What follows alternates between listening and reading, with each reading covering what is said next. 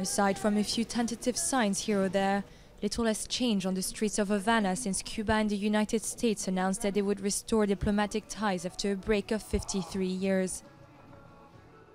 The only change I've seen is that they released the prisoners. I hope that little by little we'll see changes, but it can't happen from one day to the next. Following secret talks brokered by the Vatican, Havana agreed to free 53 dissidents and an American aid worker, while Washington released the remaining 3 prisoners of the infamous Cuban 5, who were jailed in 1998 for espionage.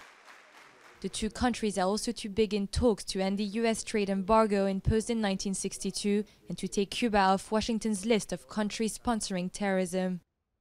I think that there will be a normalization process, which will be very long and slow. But there's been a positive change right away. There's less pressure on the Cuban economy, less pressure on the Cuban government, and this should help improve things considerably. Some U.S. restrictions on family travel and telecommunication companies are to be lifted, and the amount of money that Americans can transfer to Cuba has been increased from $2,000 to $8,000 a year. But human rights activist Elizardo Sanchez, who has spent more than 8 years on and off in jail for opposition activities, says the end of the embargo won't solve all Cuba's problems. For instance, President Raúl Castro still refuses to engage in dialogue with opposition groups.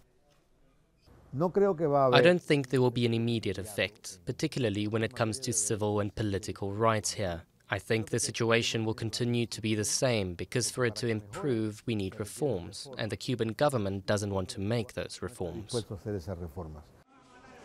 Travel between Cuba and the US is already allowed for certain people like families, diplomats or artists.